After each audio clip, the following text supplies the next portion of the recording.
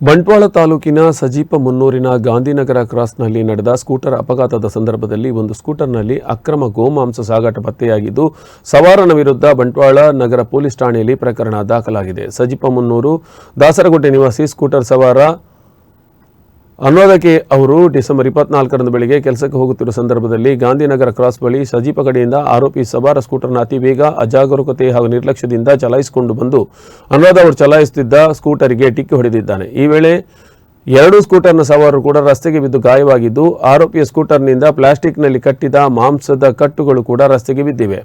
ಆಗ ಎಲ್ಲಿಯೋ ದನವನ್ನ ಹತ್ಯೆ ಮಾಡಿ ಮಾಂಸವನ್ನ ಮಾರಾಟ ಮಾಡುವುದಕ್ಕಾಗಿ ಸಜೀಪ ಕಡೆಯಿಂದ ಮೆಲ್ಕಾರ್ ಕಡೆಗೆ ಅಜಾಗರೂಕತೆಯಿಂದ ಚಲಾಯಿಸುತ್ತಿದ್ದರು ಎಂದು ದೂರಿನಲ್ಲಿ ವಿವರಿಸಲಾಗಿದೆ. ಬಂಟ್ವಾಳ ನಗರ ಪೊಲೀಸ್ ಠಾಣೆಯಲ್ಲಿ ಪ್ರಕರಣ ದಾಖಲಾಗಿದೆ.